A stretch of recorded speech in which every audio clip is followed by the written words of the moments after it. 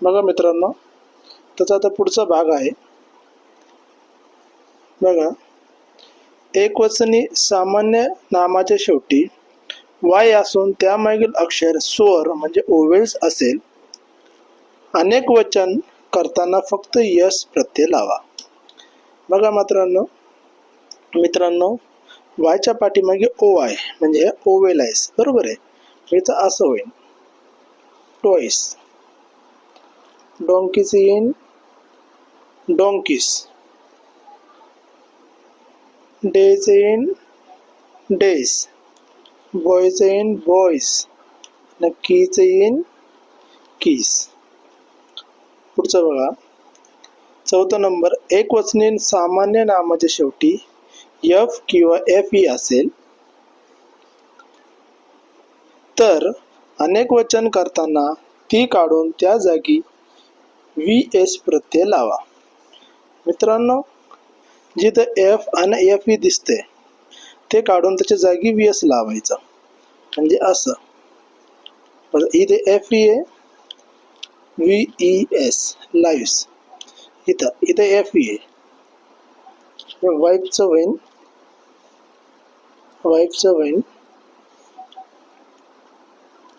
विवीस, हाफचं होईन इथं एफ आहे.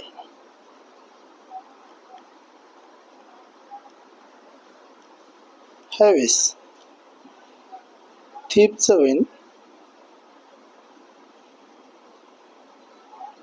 थीवेस आणि सेल्फचं होईन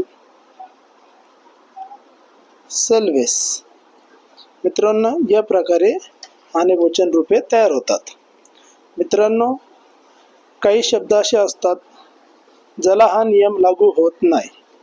बघा, वरील नियम काही शब्दांना लागू होत नाही, जसे की belief, handkerchief, proof, chief, safes आणि रूप्स. पुढचा, काही सामान्य नामाचे अनेक वचनी रूपे कोणत्याही नियमानुसार न होता वेगळ्याच पद्धतीने होतात. मित्रांनो, इंग्लिशमध्ये काही शब्द असे असतात, बघा, इंग्लिशमध्ये काही शब्द असे असतात जे कोणत्याही नियमानं होत नाही. जसे की वुमन, वुमनचं होईन वुमॅन. टूथ, टूथचं होईन टीथ. मॅन, मॅनचं होईन मॅन. चाइल्ड, चाइल्डचं होईन चिल्ड्रन. आणि फूटचं होईन फीट.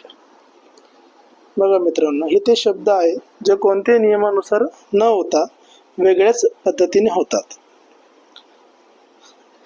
काही सामान्य नामाचे एकवचनी सिंग्युलर नंबर व अनेक वचनी प्लुरल नंबर एक सारखेच असतात.